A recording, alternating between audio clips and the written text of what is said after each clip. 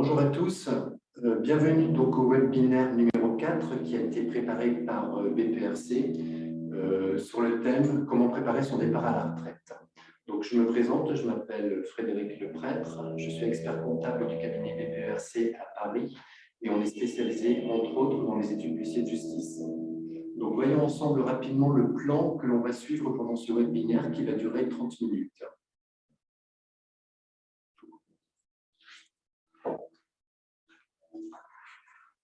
Donc, vous avez peut-être 50 ans et vous vous posez certainement la question, eh bien, combien je vais gagner quand je vais partir à la retraite? Comment vont être valorisées mes parts? Comment vont être imposées les plus-values que je vais réaliser? Donc, on va essayer de répondre pendant ce webinaire à toutes ces questions. Donc, on va avoir un plan en 5 grandes parties. Une première partie, on verra donc la valorisation des parts. Donc, la valorisation de vos études repose principalement sur la valorisation du droit de présentation lorsque l'on est en SCP, et pour les sociétés commerciales, c'est-à-dire que pour les sociétés soumises à l'IS, on verra que la valorisation repose aussi sur l'idée des capitaux propres. Dans une deuxième partie, on verra l'impact plus-value. On verra qu'il existe deux types de plus-value, la plus-value des professionnels et la plus-value des particuliers. On verra que en cas de départ à la retraite, vous avez des possibilités d'exonération de l'une ou de l'autre des plus-values. Et on fera également un point, un petit rappel concernant les plus-values en report d'imposition si vous en avez. Dans une troisième partie, on verra les incidences juridiques, c'est-à-dire qu'à partir du moment où vous décidez de partir, on a 3 solutions. Soit la société rachète vos propres parts et procède à une réduction de capital social, soit un des associés de votre étude rachète vos parts, ou soit c'est une personne de l'extérieur qui rachète vos parts. Dans tous les cas, on verra qu'il faut toujours se référer au statut pour savoir comment vous devez partir de la société et comment vous devez prévenir vos associés. Dans une quatrième partie, on verra la limite d'âge. Vous savez que la limite d'âge chez les huissiers de justice est de 70 ans, mais vous avez tout à fait la possibilité de prolonger cette limite d'âge. On verra comment prolonger cette limite d'âge et quelles sont les incidences, puisqu'au niveau de la SCP, parfois prolonger la limite d'âge n'est pas non plus quelque chose d'intéressant pour les autres associés. Et dans une dernière partie, on verra comment constituer son dossier de retraite, c'est-à-dire qu'il faudra, je vais vous l'expliquer, déposer un dossier au niveau de la CNAV et au niveau de la CAVOM pour obtenir votre liquidation de retraite. Et on verra également un cas concret, un cas que l'on a fait avec la G2R, la mondiale, qui est notre partenaire, où on verra une personne qui a 50 ans aujourd'hui, qui veut prendre sa retraite à 65 ans, mais qui n'a pas encore eu tous ses droits à la retraite. Et on verra combien il gagne s'il part à 65 ans ou s'il part plus tard. Et on verra également dans cet exemple comment il peut lui-même booster un petit peu sa retraite, puisque comme vous le savez, la retraite des huissiers de justice n'est pas très élevée. C'est ce qu'on verra dans l'exemple. Donc, première partie, c'est la valorisation de vos parts.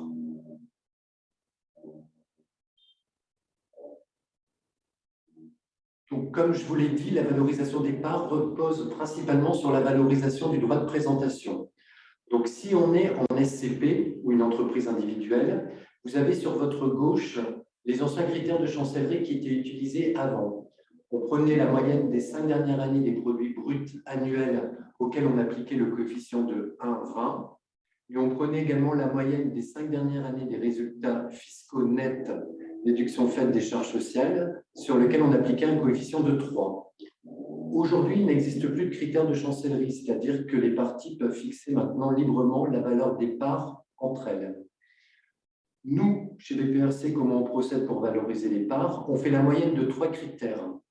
On prend la moyenne des 3 dernières années des produits bruts auxquels on applique le coefficient de 1,20. On prend la moyenne des 3 dernières années des résultats bruts avant déduction des charges sociales sur lesquels on applique un coefficient de 2,5. Et on prend la moyenne des 3 dernières années de résultats nets après déduction des charges sociales sur lesquels on applique un coefficient de 3. On fait la moyenne, nous, des 3 critères et on applique un coefficient plus élevé sur les dernières années pour impacter plus la valeur de votre étude en fonction des résultats de la dernière année par rapport aux 2 années précédentes. Donc, pour résumer ce que je viens de vous dire, c'est que l'inconvénient de l'approche chancellerie est qu'elle ne tient compte exclusivement que de la valeur historique de l'étude en tenant compte des 5 dernières années. Pour y remédier, nous, on évalue sur la moyenne des 3 critères que l'on a vus précédemment. On ne considère que les 3 dernières années et on affecte un coefficient plus élevé pour les dernières années. Ici, je vous présente un cas concret qu'on a vu dans le cabinet d'une étude SCP avec 2 associés. Vous avez ici, sur votre gauche, les produits bruts en année 2018, ils sont de 1 500 000. En année 2019, ils sont de 1 700 000. En année 2020, on est sur un total de produits de 1 200 000. Avec la crise, vous voyez, les produits ont diminué. Le total des produits avec les majorations des coefficients de 1 pour l'année 2018, 2 pour l'année 2019 et 3 pour l'année 2020, on arrive à un total de produits bruts de 8 500 000 euros. Au niveau des résultats de la 2035, on était sur 590 000 en 2018, 710 000 en 2019 et 550 000 en 2020. On a ensuite appliqué les coefficients de 1 sur l'année 2018, 2 sur l'année 2019 et 3 sur l'année 2020. On arrive à un montant total de résultats coefficienté de 3 660 000. On a déduit les charges sociales pour arriver à un résultat net. Donc, le montant total des résultats nets pour l'année 2018, on a 370 000, 540 000 en 2019 et 430 000 en 2020, ce qui fait un total de 2 740 000. Le total la moyenne brute du total des produits, c'est 8 500 000 divisé par 6. On arrive au montant ici, le montant des produits bruts. La moyenne des résultats bruts de la 2035, c'est-à-dire 3 660 000 divisé par 6, on arrive à une moyenne de 610 000. Et la moyenne des résultats nets, 2 740 000 divisé par 6, on arrive à 456 000. J'ai ensuite appliqué le coefficient de 1,20 sur le chiffre d'affaires. On arrive à 1 699 000. J'ai appliqué le coefficient de 2,5 sur le résultat brut. On arrive à 1 525 000. Et j'ai appliqué le coefficient de 3 sur le résultat net. On arrive à un résultat de 1 368 000. Et la moyenne des 3 valeurs donne une valeur du droit de présentation et donc une valeur de vos parts de 1 530 000. Donc, voilà pour la valorisation au niveau des parts d'une SCP. Si on est dans le cadre d'une société commerciale, c'est-à-dire une société soumise à l'IS, type CELARL ou SAS, on calcule d'abord ce que l'on appelle la plus-value sur le droit de présentation. C'est-à-dire qu'il faut d'abord valoriser votre droit de présentation à l'instant T et comparer cette valeur avec la valeur du droit de présentation à l'origine. Et ensuite, on intègre la valeur des capitaux propres pour valoriser votre valorisation de part. Donc, comment on valorise le droit de présentation? On prend d'abord la moyenne des 3 dernières années des produits bruts auxquels on applique le coefficient de 1, et on prend la moyenne des 3 dernières années de résultats retraités des rémunérations de gérance et de l'impôt sur les sociétés, auxquels on applique un coefficient de 2,5. Globalement, si je reprends l'exemple de tout à l'heure, on a les mêmes produits dans la CELARL ou la société commerciale. Et sur le résultat de la société, comme il a été réduit, puisque l'on a déduit les salaires des associés, les charges sociales des associés, et comme on a déduit du résultat de la société l'impôt sur les sociétés, on rajoute, c'est-à-dire, donc je retraite en ajoutant ces éléments-là, c'est-à-dire les salaires, les charges sociales et l'impôt sur les sociétés, pour arriver à un résultat retraité qui correspond globalement à un même résultat que si on était en SCP. Donc, le montant moyen des produits bruts, on arrive à 1 416 000, et le montant moyen des bénéfices retraités, on arrive sur un montant de 610 000. Sur les produits, j'applique un coefficient de 1, et sur les résultats, j'applique un coefficient de 2,5. J'arrive donc à une valorisation médiane de 1 470 000. Mon droit de présentation valait à l'origine 1 470 000. Mon droit de présentation valait à l'origine 1 300 000, excusez-moi. sur lequel je retire la valeur que j'ai actuellement, c'est-à-dire 1 470 000, j'arrive à une plus-value de 170 000. Donc, avant de continuer, faites attention. Comme je vous ai dit, ici, j'applique un coefficient de 1 au niveau des sociétés commerciales sur les produits bruts. Par contre, dans la SCP, j'applique un coefficient de 1,20 sur les produits bruts. Donc, la différence, c'est-à-dire qu'au niveau de la SCP, le 0,20 tient compte des créances acquises. Par contre, dans les sociétés commerciales, on tient compte du coefficient 1 sans tenir compte des créances acquises, parce que par principe, les créances acquises sont intégrées dans vos réserves. C'est-à-dire que les réserves, c'est en fait tout le résultat que vous n'avez pas pu prendre, puisque éventuellement vous n'aviez pas la trésorerie ou vous n'aviez pas voulu prendre le résultat. Dans ce cas-là, toutes ces réserves, tous ces résultats rentrent dans vos réserves et constituent globalement vos créances acquises. Donc, ensuite, pour valoriser vos parts de sociétés commerciales, il faut tenir compte, comme je l'ai dit tout à l'heure, des capitaux propres. Donc, les capitaux propres, c'est le capital social, c'est-à-dire les ressources qui ont été apportées à l'origine par les associés pour constituer la société. Et on inclut les réserves, c'est-à-dire tous les résultats qui ont été cumulés par la société et qui n'ont pas été pris par les associés. Pourquoi ils n'ont pas été pris? Parce qu'éventuellement, on n'avait pas la trésorerie ou on n'a pas voulu les prendre pour éventuellement augmenter la valeur de la structure. Si vous ne prenez pas vos réserves, vous augmentez la valeur de vos parts et donc la valeur de votre structure. Donc, capital social plus les réserves plus le résultat de l'année N s'il n'est pas distribué donne un montant total de capitaux propres de 1 400 000. Et sur ces 1 400 000, je rajoute ma plus-value sur le droit de présentation, c'est-à-dire les 170 000, et j'arrive donc à une valorisation de l'étude de 1 570 000, qui va être la base de votre calcul pour la valeur de vos parts dans la structure. Donc voilà pour la valorisation des parts. Donc deux choses à retenir. Il faut d'abord valoriser vos parts, soit le droit de présentation si on est dans le cas d'une SCP, et tenir compte des capitaux propres lorsque l'on est dans une société commerciale. Lorsque vous avez valorisé vos parts, vous pouvez calculer l'impact de votre plus-value. Donc, il existe deux types de plus-value, comme je l'ai dit tout à l'heure. Vous avez soit une plus-value professionnelle, soit une plus-value des particuliers. Et vous pouvez éventuellement avoir deux plus-values, une plus-value professionnelle et une plus-value des particuliers au moment du départ à la retraite.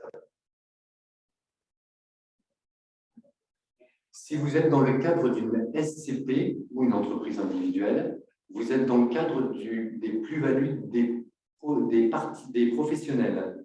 Qui dit plus-value des professionnels dit que la plus-value qui correspond à la différence entre votre prix de vente et votre prix d'acquisition, votre plus-value est soumise à la flat tax de 30%. Faites attention, comme vous êtes dans le cadre des plus-values professionnelles, vous n'avez pas d'abattement sur votre plus-value par année de détention. Donc, plus-value professionnelle, imposition à la flat tax au taux de 30%. Mais si vous partez à la retraite, votre plus-value professionnelle est exonérée d'impôt, donc de flat tax, mais vous êtes quand même soumis à la CSG-CRDS au taux de 17,20. Donc ça, c'est l'article 151 octis du CGI. Donc plus-value professionnelle, dit flat tax, sauf départ à la retraite, exonération, sauf CSG-CRDS sur la plus-value au taux de 17,20.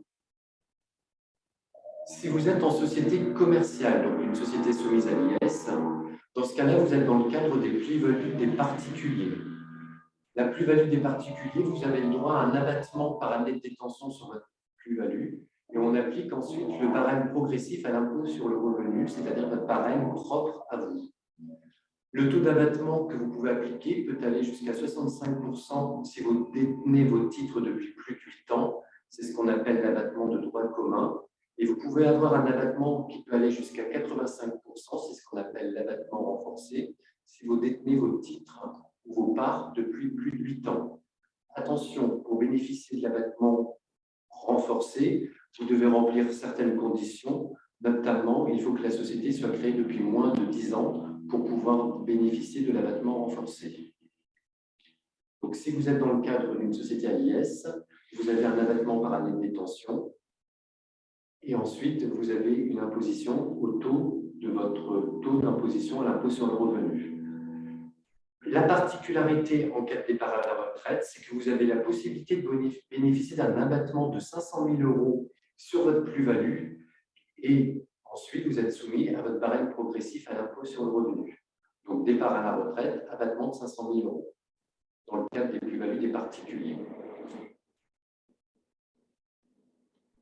Au niveau des plus-values des particuliers, une autre particularité, c'est que vous pouvez également ne pas demander à être soumis à votre taux de prélèvement à l'impôt sur le revenu et vous pouvez demander simplement une imposition au taux de 30%, c'est-à-dire à la flat tax, mais là, vous n'aurez pas d'abattement par année de détention.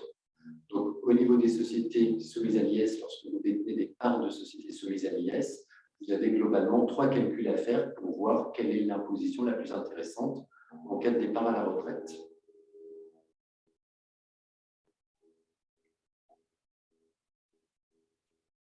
Donc là, je fais une petite parenthèse concernant les plus-values en report d'imposition. Une plus-value en report d'imposition, c'est lorsque précédemment vous aviez une SCP et vous avez décidé, par exemple 10 ans avant, d'apporter votre droit de présentation, vos créances acquises et vos immobilisations à une société soumise à l'IS. Le fait d'avoir apporté votre droit de présentation, les créances acquises et les immobilisations à une société à l'IS fait que vous n'avez pas récupéré de trésorerie lors de cet apport et donc vous avez réalisé ce que l'on appelle une plus-value en report d'imposition. Par principe, cette plus-value en report d'imposition est imposée lorsque vous allez partir à la retraite, puisque la plus-value sera figée au moment de votre apport. Vous avez la possibilité d'être exonéré au niveau de votre plus-value en report d'imposition si vous remplissez certaines conditions que vous voyez ici sur la partie droite. Donc, j'ai mis en gras les conditions les plus importantes. Il faut par exemple exercer pendant 5 ans une fonction de direction au sein de la nouvelle structure où vous avez apporté votre droit de présentation, les créances acquises et les immobilisations de votre SCP. Il faut également que vous cessiez toute fonction et vous devez faire valoir vos droits à la retraite dans les 24 mois qui suivent la cession. C'est-à-dire que lorsque vous arrêtez votre activité au sein de votre nouvelle structure, vous devez demander votre liquidation des droits à la retraite dans les 24 mois qui suivent pour pouvoir bénéficier de l'exonération de votre plus-value en report d'imposition. Et vous devez également céder l'intégralité de vos droits aux parts que vous détenez dans votre structure actuelle. Vous ne pouvez pas rester actionnaire de la structure actuelle qui a bénéficié de votre apport de votre précédente structure. Faites attention également, lorsque vous avez apporté votre structure SCP à une structure soumise à l'IS, au moment de votre départ à la retraite, par principe, vous avez 2 plus-values. Vous avez votre plus-value en report d'imposition, qui a été calculée depuis l'origine où vous avez créé votre SCP jusqu'au moment où vous avez apporté votre SCP à la structure commerciale, donc plus-value professionnelle. Et vous avez ensuite une deuxième plus-value qui concerne la plus-value des particuliers, qui, elle, se calculera à partir du moment où vous cédez vos parts par rapport à ce prix de vente et par rapport à la valeur à partir du moment où vous avez apporté vos titres de SCP à la société commerciale. Donc, 2 plus-values dans ce cas-là.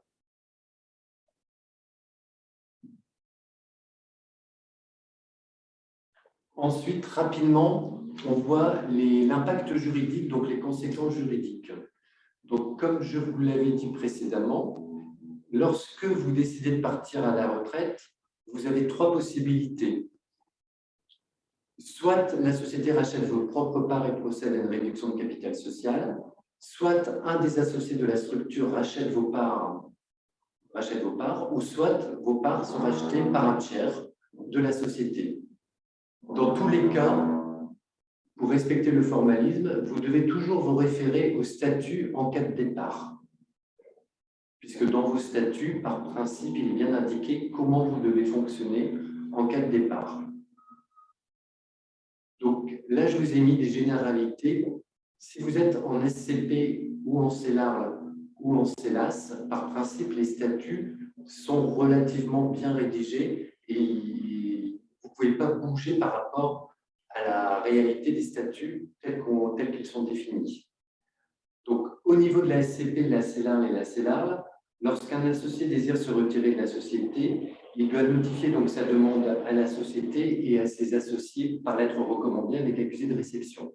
Tout cela, normalement, est indiqué dans les statuts et il doit le faire conformément aux statuts. Les statuts indiquent le délai à laquelle il doit notamment prévenir ses associés en cas de départ. Comme la cession se fait sous condition suspensive, la condition suspensive, c'est notamment l'agrément des associés qui doit être conforme au statut et le retrait qui doit être prononcé par arrêté du garde-des-Sceaux. Donc, comme il y a condition suspensive, votre traité de cession doit obligatoirement être rédigé sous seing privé ou par un acte notarié. Et l'acte de cession est donc rédigé sous condition suspensive et c'est une fois que les conditions suspensives sont réalisées qu'il faut rédiger la levée des conditions suspensives. Donc l'acte de cession, le projet, le PV qui modifie les statuts modifiés et l'arrêté du garde des Sceaux doivent être déposés au greffe du tribunal de commerce et ce n'est qu'après ce dépôt que la cession est opposable au tiers. Si vous êtes dans le cadre, par contre, d'une SAS, là, vous avez une très grande liberté dans la rédaction des statuts, c'est-à-dire que globalement, en SAS, on peut rédiger ce que l'on veut dans les statuts. Donc, soyez vigilants au niveau de la rédaction de vos statuts. Par principe, les associés doivent toujours prévenir les associés qu'ils désirent partir ou qu'ils vont partir à la retraite. Les statuts doivent également prévoir les conditions d'agrément. Ces dernières peuvent prévoir donc un agrément à la majorité simple, aux 2 tiers ou même à l'unanimité. Dans tous les cas, comme il y a obligatoirement conditions suspensives, c'est-à-dire qu'il peut y avoir un agrément du garde des Sceaux, le traité de cession doit également être rédigé par un acte notarié ou sous seing privé.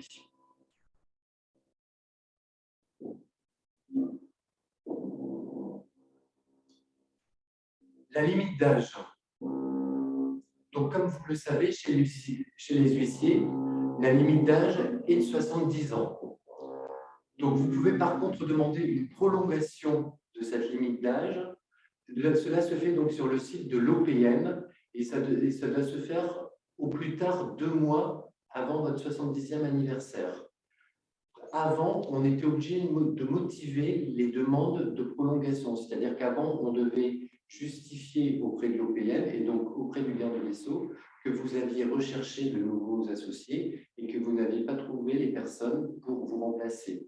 Maintenant, vous n'êtes plus obligé de motiver au sein du portail OPM la raison de votre demande de prolongation.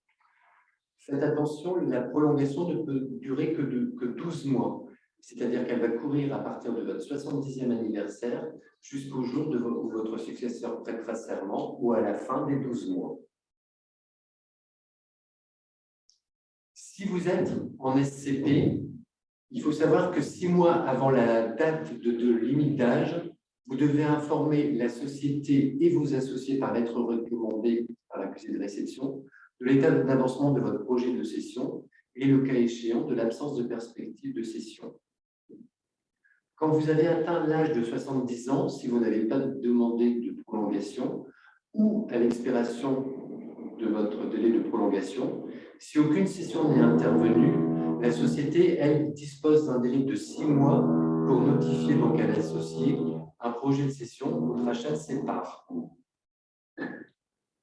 Donc l'associé, bien sûr, conserve la faculté de céder ses parts comme il le souhaite, mais faites attention, quand vous êtes en SCP, si l'associé qui a plus de 70 ans n'a toujours pas cédé ses parts, il est toujours détenteur du capital de votre structure. Et comme il détient toujours du capital de votre structure, et donc il détient toujours l'apport en capital, il a toujours le droit au résultat de votre structure. Et donc, si vous avez une répartition des résultats qui se fait uniquement sur le capital sans tenir compte de l'industrie, par exemple, si vous êtes 2 associés à 50-50 et qu'un des associés a plus de 70 ans et qu'il ne peut plus donc exercer au sein de votre structure, et qu'il est toujours présent dans votre structure, qu'il n'a pas cédé ses parts, il aura toujours droit au résultat au même titre que vous, à 50-50. Donc, c'est un peu dangereux pour vous si l'associé, si vous n'avez pas de répartition du bénéfice en fonction de l'industrie et si l'associé est toujours présent au-delà des 70 ans et qu'il n'a pas demandé de prolongation au niveau du site de l'OPM. Si vous êtes en société commerciale, c'est le même principe. Vous devez prévenir donc vos associés que vous allez arriver à la limite d'âge et vous devez prévenir vos associés. Le cas particulier au niveau des sociétés commerciales, c'est si tous les associés atteignent la limite d'âge en même temps, ce qui peut arriver. Par principe, les associés continuent, sont toujours actionnaires de votre structure. La société, elle, n'est pas dissoute, mais il y aura obligatoirement une suppléance qui sera désignée dans votre structure. La différence par rapport à tout à l'heure, par rapport à la SCP, c'est qu'au niveau de la structure commerciale, l'associé reste toujours actionnaire de la structure. Il n'aura plus droit aux résultats de gérance par rapport à la rémunération de son travail, mais il est toujours actionnaire et éventuellement, s'il y a des dividendes, il aura le droit aux dividendes au même titre que les autres associés ou actionnaires de la structure.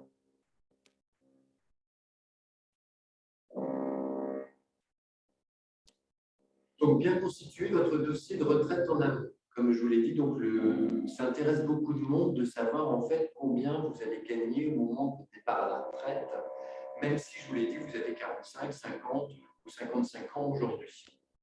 Donc, il faut savoir tout d'abord que l'âge de la retraite légale est de 62 ans. Vous devez justifier donc à 62 ans, à aujourd'hui, 166 trimestres de cotisation, c'est pour la génération de 1956, ou de 172 trimestres pour la génération de 1973. Si vous n'avez pas atteint tous vos trimestres, vous allez avoir une décote sur vos droits à la retraite de 5% par année manquante. À partir de 67 ans, vous n'avez plus de décote qui s'applique au niveau de vos droits à la retraite.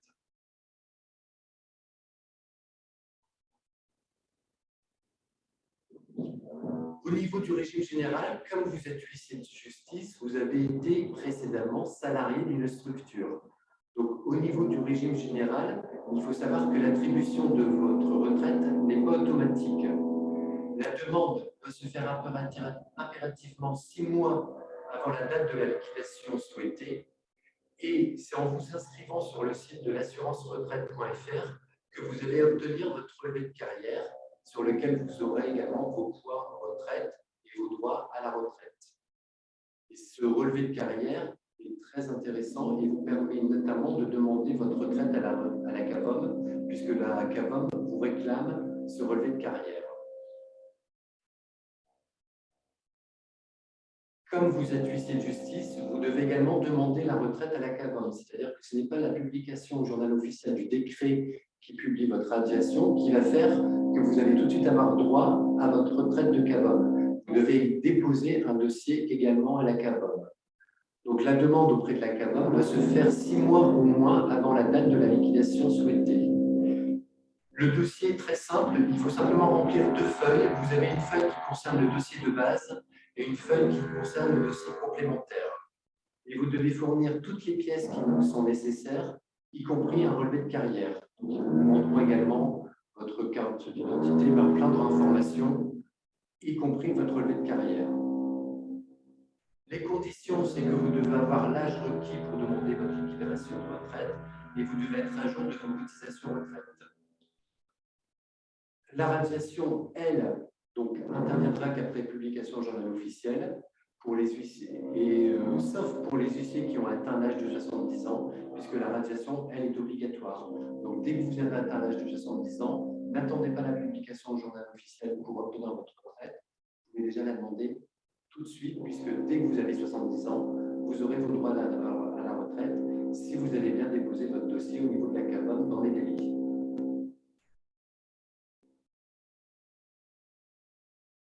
Donc, le montant de votre pension au niveau de la retraite dépendront bien sûr de votre durée de carrière et donc du nombre de trimestres que vous avez cotisé, dépendront également de votre âge de départ à la retraite et ça dépendra également des revenus que vous avez perçus au niveau de votre retraite.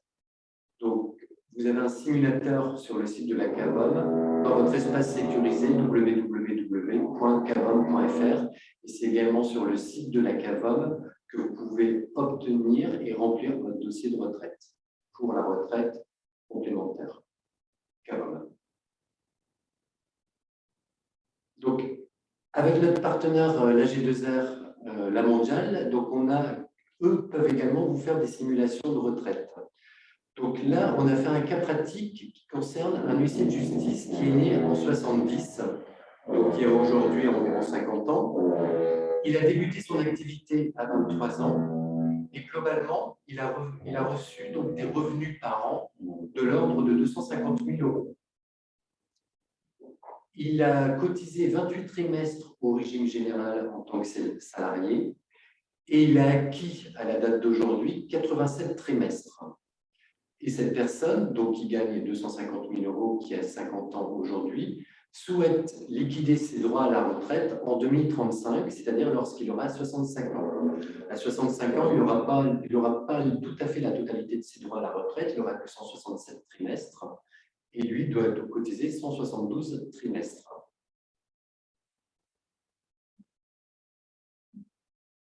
Donc, sur le tableau suivant, c'est la simulation qui a été faite. Donc, dans cette colonne ici, à l'âge de la cession de 65 ans, il liquide sa retraite à 65 ans.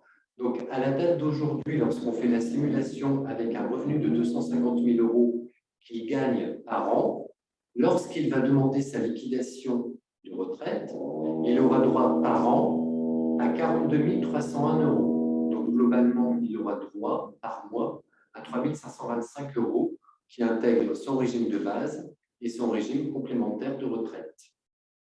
S'il prend sa retraite à 64 ans, il a le droit non plus à 42 000, mais comme il a une décote de 5%, il aura le droit par an à 38 000 €, donc soit une retraite de 3 200.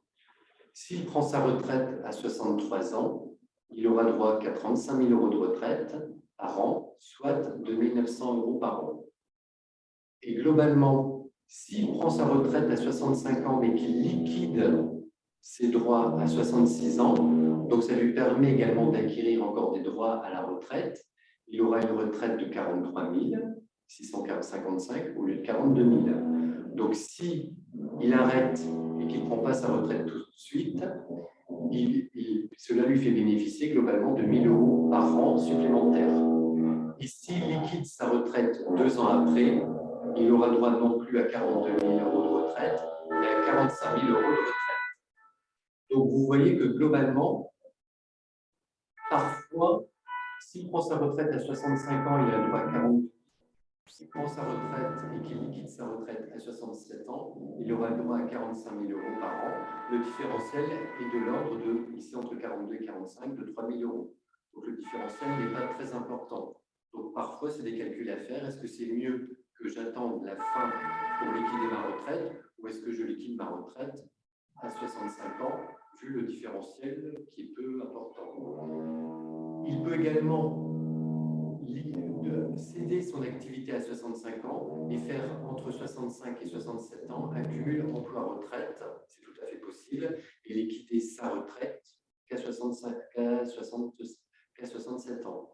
Mais faites attention, si vous liquidez votre retraite à 67 ans, faites attention au niveau de vos plus-values, que vous ne dépassez pas le délai de 2 ans, parce que si vous dépassez le délai de 2 ans pour l'exonération de vos plus-values professionnelles ou des particuliers, dans ce cas-là, votre plus-value sera imposée, alors que si vous êtes dans le délai de 2 ans, votre plus-value sera exonérée. Donc, comme je l'ai dit tout à l'heure, c'est vrai que la retraite par rapport à 258 000 € que vous gagnez précédemment, là, vous allez gagner 42 000 par an, donc c'est très peu élevé. Le taux de remplacement est de l'ordre de 16%. Vous pouvez tout à fait booster votre retraite en plaçant, par exemple, sur un PER, plan d'épargne retraite. Donc, on a fait une simulation avec un plan retraite donc, qui a été établi à la date d'aujourd'hui. Et là, l'huissier décide de placer à la date d'aujourd'hui, tous les ans, 20 000 € sur un plan d'épargne retraite. Donc 20 000 euros par rapport à 250 000 euros, ça représente globalement 8 à 9 de son revenu global. Donc il décide de placer sur un plan de retraite à partir de 50 ans 20 000 euros par an. Sans le PER, comme je l'ai dit tout à l'heure, donc il a 11 000 en régime de base et 30 000 en régime de complémentaire, ça lui fait un total de 42 000. S'il place sur un PER 20 000 euros pendant 15 ans à partir d'aujourd'hui, donc il aura toujours sa retraite de base, vous voyez sur cette partie de droite, il aura toujours en retraite de base 11 000 euros et 30 000 euros en régime complémentaire, et il bénéficiera au niveau de son PER d'une rente de 11 000 euros par an. Donc globalement, son niveau de retraite passera à 54 000 contre 42 000 précédemment. Donc il aura un taux de remplacement de 23%, contrairement à précédemment, son PER, il avait un taux de remplacement de 16%. Donc il va gagner un petit peu plus en ayant fait un PER. Au niveau du plan d'épargne retraite, vous avez tout à fait la possibilité, donc soit de le laisser en rente, ou soit vous pouvez décider de le récupérer sous forme de capital également au moment de votre départ à la retraite. Vous avez tout à fait le choix. Si vous récupérez le capital, vous n'aurez pas bien sûr cette rente annuelle de 11 000 euros. Et vous pouvez tout à fait, au niveau de votre PER, décider de placer une partie en rente, de laisser une partie en rente et de laisser une partie en capital. Par exemple, vous arrivez à la retraite, vous pouvez dire très bien, je vais laisser 200 000 euros en rente et je récupère que 100 000 euros en capital, parce que le capital, je vais déjà récupérer ma plus-value sur mon droit de présenter, sur la plus-value de mes parts, et donc ça me permet aussi de vivre convenablement avec la plus-value et par rapport à la cession de mes parts. Et donc, au niveau de ma rente, je peux laisser ici 200 000 euros et récupérer que les 100 000 euros sur les 300 000 qui ont été placés pendant les 15 ans qui viennent de s'écouler. Une remarque particulière également, si vous avez des lois Madelin, donc par principe, les lois Madelin, ça vous permet de les récupérer ensuite au moment de la retraite sous la forme de rente, mais vous pouvez également les basculer sur un PER. Et le fait de basculer une loi Madelin sur un PER, vous pouvez également décider de basculer une partie au moment de la retraite en forme de rente, ou une partie en forme de capital, ou verser la totalité en forme de capital.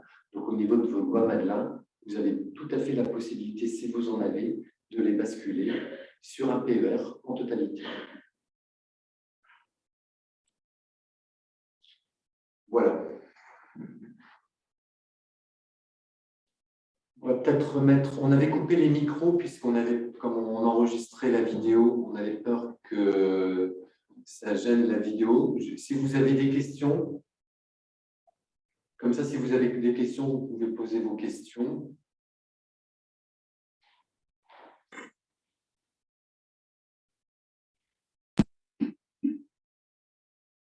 Quand le micro sera allumé.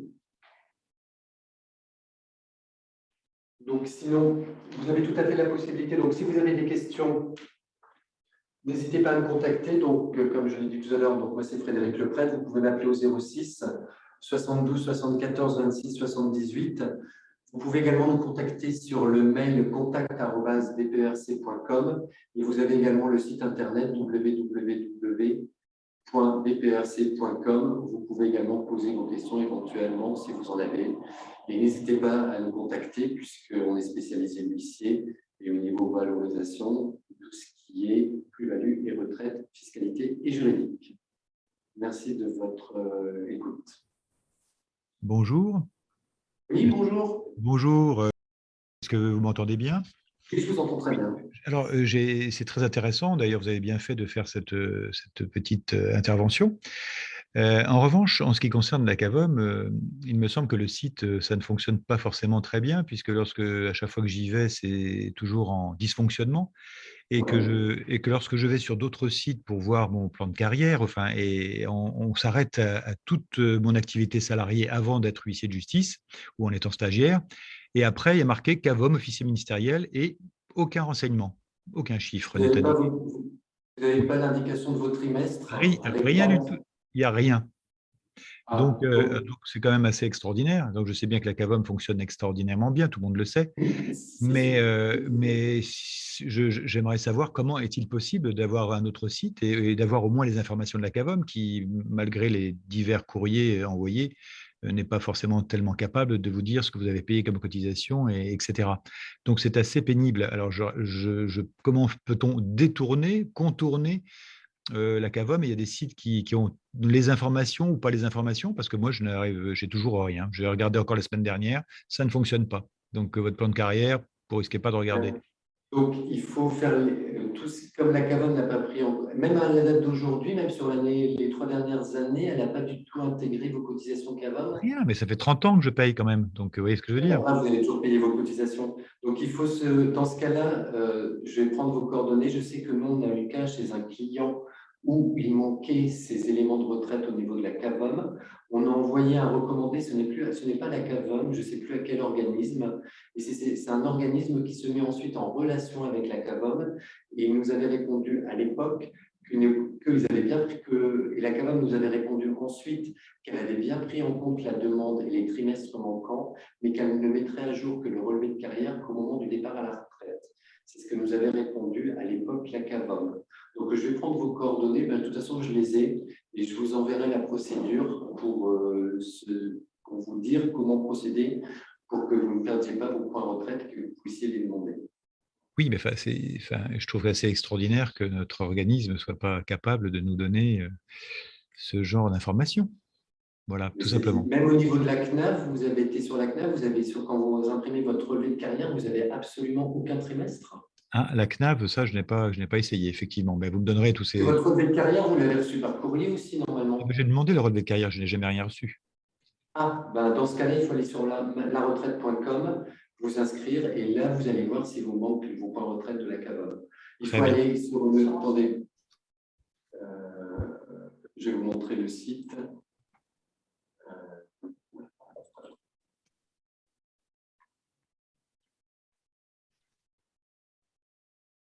Il faut aller sur l'assurance-retraite.fr, excusez-moi. Et sur ce site, il faut vous inscrire simplement avec votre numéro de sécurité sociale. Et dedans, ça va vous permettre d'aller à un endroit où vous allez pouvoir générer votre relevé de carrière et vos points retraite. Et c'est là où vous allez voir si vos points retraite au niveau de la CAVOM et vos trimestres sont bien indiqués. Je vous remercie Donc, beaucoup de votre réponse. Merci là-dessus. beaucoup. Maintenant, n'hésitez pas à nous contacter. Et pareil, au niveau de vos simulations, parce que vous me dites que sur le site de la CAVOM, ça ne fonctionne pas et que parfois vous êtes obligé d'aller sur d'autres sites. N'hésitez pas également à nous contacter parce que nous, avec la G2R, eux, ils ont un logiciel bien particulier qui fonctionne justement très bien avec la CAVOM, qui permet de faire votre simulation retraite. Parce que la CNAV, la retraite.com ne permet pas de simuler votre retraite. Normalement, il faut aller sur le site de la CAVOM, mais n'hésitez pas à nous contacter et moi, on pourra faire votre simulation avec la G2R. Je vous remercie beaucoup. Merci.